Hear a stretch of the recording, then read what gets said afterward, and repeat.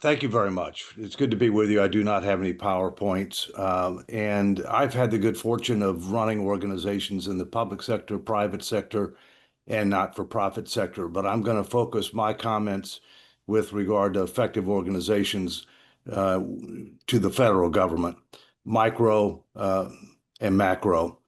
Um, GAO is my micro example. I was the Comptroller General of the United States for 10 years, which is in English, the Auditor General, the Chief Accountability Office of the United States. And I ran the U.S. Government Accountability Office, which is in the legislative branch. There are only two agencies in the federal government that are government-wide, the GAO in the legislative branch and the Office of Management and Budget in the executive branch. When I came to GAO, it had been established in 1921. I came in 1998. It didn't have a strategic plan. And even though the government was mandated by the Government Performance and Results Act to have one, it didn't have one. So the first thing I did was to be able to put together one in partnership internally and externally with experts.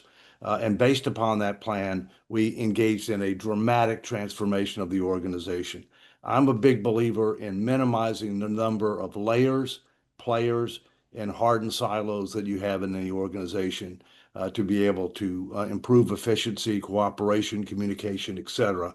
And so we ended up reorganizing the agency to eliminate a layer of management, eliminate about a third of the offices, eliminate about 15% of the staff based upon that strategic plan, what we needed for the future rather than where we were and what we needed in the past. On the people side, we focused on skills, knowledge, and performance.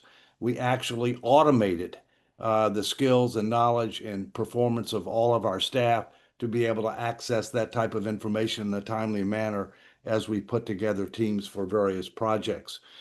We also developed outcome-based indicators.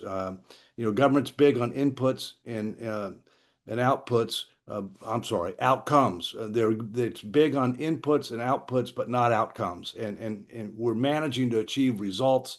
Results are outcomes. They're not activities. We linked organizational outcomes to individual performance measurement and reward systems. Strong linkage. We focused on mission, vision, values. We also focused more horizontally and externally. Our outcome indicators were focused on results, on what did our clients think about our efforts, and our client was the Congress of the United States, and what did our partner organizations, both domestically and internationally, feel how good a partner we were.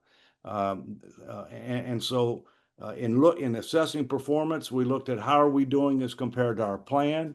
Are we getting better or worse, or the trend? And then how do we look as compared to our competitors or comparator, which the United States fails at doing over and over again.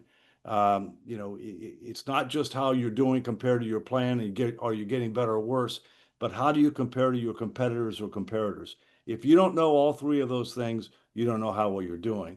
And by the way, that's not just a country, that's a company, and it's also an individual.